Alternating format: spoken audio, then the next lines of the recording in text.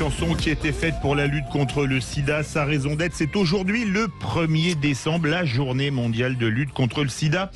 Nous sommes en compagnie de Michel Borelli, co-auteur avec Olivier Morel du livre Une histoire de la lutte contre le sida, publié au Nouveau Monde. Michel Borelli, bonsoir. Bonsoir.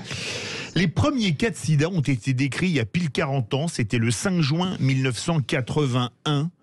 40 ans après et plus de 40 millions de morts après, où en est l'épidémie ?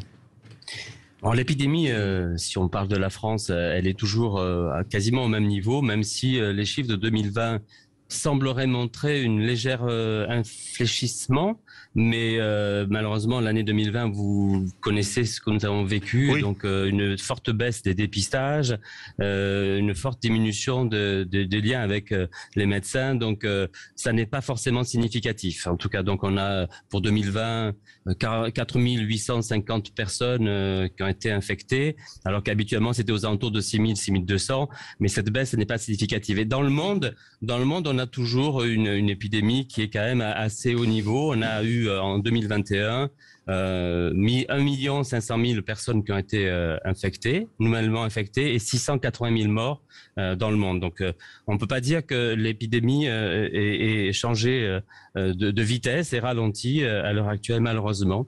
Et même plutôt, compte tenu de ce qui se passe dans le monde avec le coronavirus, on peut dire qu'il y a certainement une épidémie cachée, mais ça, il faudra le prouver scientifiquement, il ne faut pas s'avancer. Philippe Bilger.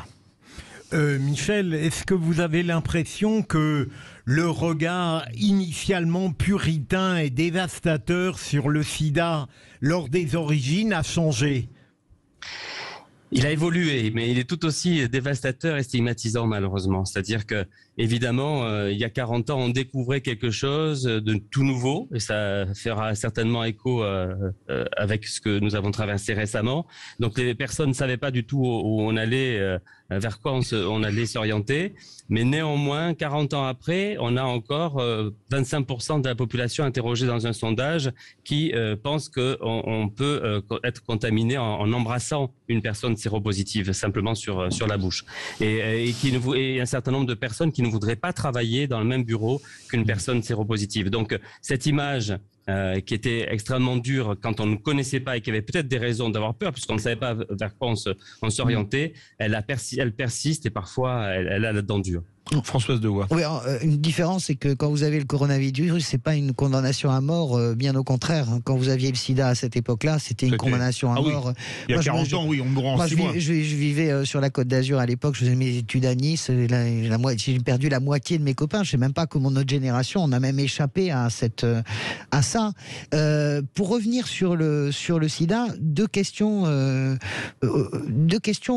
La première, un constat peut-être. Heureusement qu'il y a eu de la radicalité chez les militants d'ACT UP. Heureusement qu'il y a eu des actions extrêmement sidérantes et impressionnantes justement pour faire reconnaître les droits et ouvrir ces droits et faire changer la société. Ça, c'est le premier point. Donc souvent, on est là en train de dire oui, les radicaux, etc. La radicalité pour le sida, elle a fonctionné vraiment avec les actions d'ACT UP. Je me souviens aussi, ils avaient embarqué plein de politiques. Je me souviens de cette campagne absolument géniale. Il y avait Ségolène, justement, où tous les politiques disaient est-ce que vous me regarderiez différemment si vous saviez que j'ai le sida, etc. Donc ils ont vraiment super bien bossé. Et deuxième point, je vais vite, il me semble, moi, pour en parler avec des amis qui sont plutôt gays, les jeunes gays lâchent complètement les gestes barrières et lâchent complètement la prévention et préfèrent prendre des traitements préventifs plutôt que de s'encombrer de la prévention, en l'occurrence des préservatifs. C'est vrai ou pas ? Michel Borelli. Alors, je vais répondre sur les 2 points. D'abord, premièrement, je voulais pas comparer le VIH et le sida. Très bien. C'est pas comparable. C'est pas du tout comparable. Bien sûr. Pardonnez-moi. Je ne ferai pas cette... Non, sur la radicalité, on n'avait pas trop le choix. Et il n'y avait pas qu'ACT UP, Aide a été bien sûr, je pensais à Aide. Oui, bien sûr. Et c'était Aide parce que les portraits dont vous faisiez allusion, c'était effectivement et ACT UP a été très utile et indispensable. Donc c'est pas une. Pardonnez-moi, oui, c'est vrai, c'est Aide. Mais je crois qu'effectivement, ce qui a fait la radicalité des personnes souvent concernées directement ou proches de personnes concernées, comme vous avez pu l'être vous-même, c'était qu'effectivement les pouvoirs publics n'étaient pas présent. Et pendant 6 ans, il ne s'est rien passé entre 1981, 1986, 87.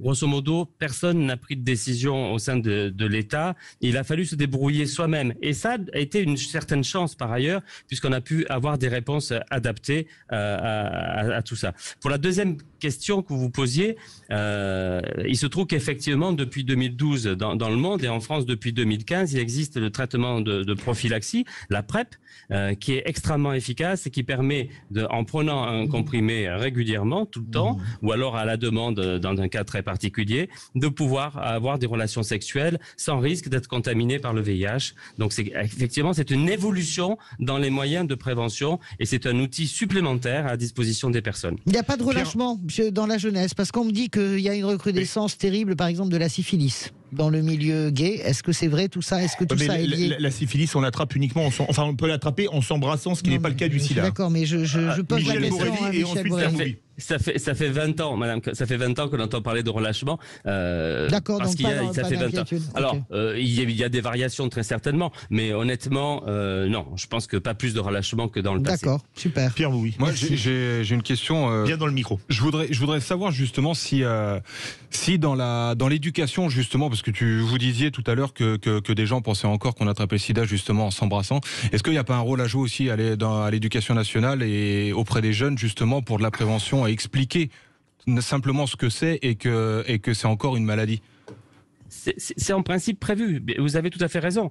Et je pense qu'il y a d'ailleurs des structures associatives. J'ai été directeur du CRIPS Île-de-France et on faisait 100 000 étudiants par an en Île-de-France. Que ce soit même dans le programme. Et que s'il y avait une partie qui était dans le programme, mais souvent le discours il est quand même plus intégré lorsque ça vient de l'extérieur, et que c'est pas la difficulté de certains professeurs d'avoir 1 heure de cours sur le VIH, etc. Mais vous avez raison, l'éducation nationale devrait se saisir aussi, et pas seulement que du VIH, mais aussi de la sexualité en général, de la contraception, parce que ça va faire partie de la vie des adolescents qui vont grandir très très vite et qui vont avoir une vie tout le monde n'a pas des parents pour expliquer justement ce que c'est.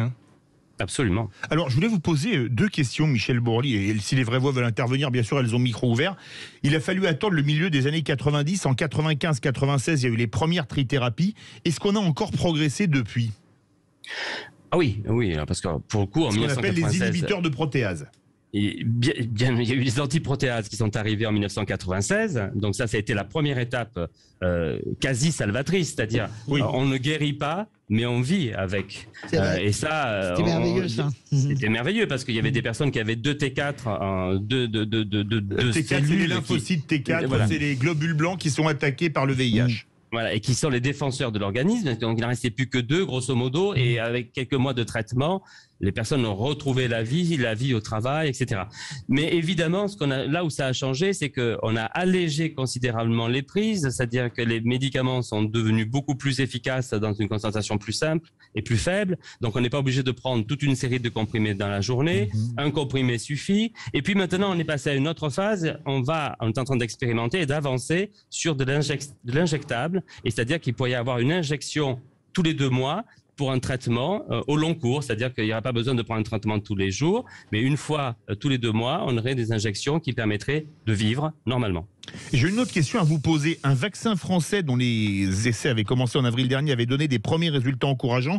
Moderna a dit il y a quelques jours qu'ils allaient lancer un essai sur un vaccin ARN messager. Est-ce que vous y croyez, soit au vaccin français, soit au vaccin ARN messager, Michel Borelli? Alors, moi, je crois que les chercheurs sont voués à chercher et à essayer de trouver de nouvelles pistes. Et je crois, un chercheur qui cherche, c'est pas incongru. Oui. Non, c'est pas incongru, mais c'est rare de nos jours parce qu'on a surtout des chercheurs qui affirment qu'ils ont trouvé et qui parfois ils n'ont pas trouvé, ils ont plutôt tendance à tuer. Donc je pense qu'il vaut mieux laisser du temps à la recherche et effectivement être plein d'espoir parce que ça peut arriver que ça marche. Ça fait quand même longtemps qu'on cherche, mais c'est compliqué sur le VIH. C'est pas la même chose que le corona. Donc là, effectivement, il peut y avoir des pistes, ça peut donner quelque chose. Donc il faut espérer et laisser du temps à la recherche parce que malheureusement, ça ne se trouve pas en quelques minutes. Est-ce qu'un monde sans SIDA, c'est possible ?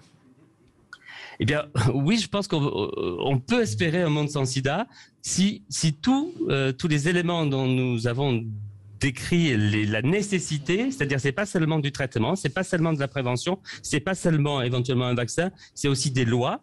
Parce que les lois participent à la stigmatisation et font le terrain du VIH. Donc dans les pays, dans tous les pays, que ce soit nos pays ici au nord, en France ou ailleurs, lorsqu'il y a la stigmatisation des homosexuels, des personnes, des travailleuses du sexe, des travailleurs du sexe, des détenus, des séropos eux-mêmes, évidemment, ça va à l'encontre de la fin du sida. Merci beaucoup Michel Borelli, co-auteur avec Olivier Morel du livre Une histoire de la lutte contre le sida, publié au Nouveau Monde. Je rappelle que c'est aujourd'hui, 1er décembre, la journée mondiale de lutte contre le sida. Tout de suite, notre grand débat. La neutralité des journalistes est-elle une utopie? Vous êtes 95,7% à dire oui. Vous voulez réagir? Le 0826 300 300 et les réseaux sociaux.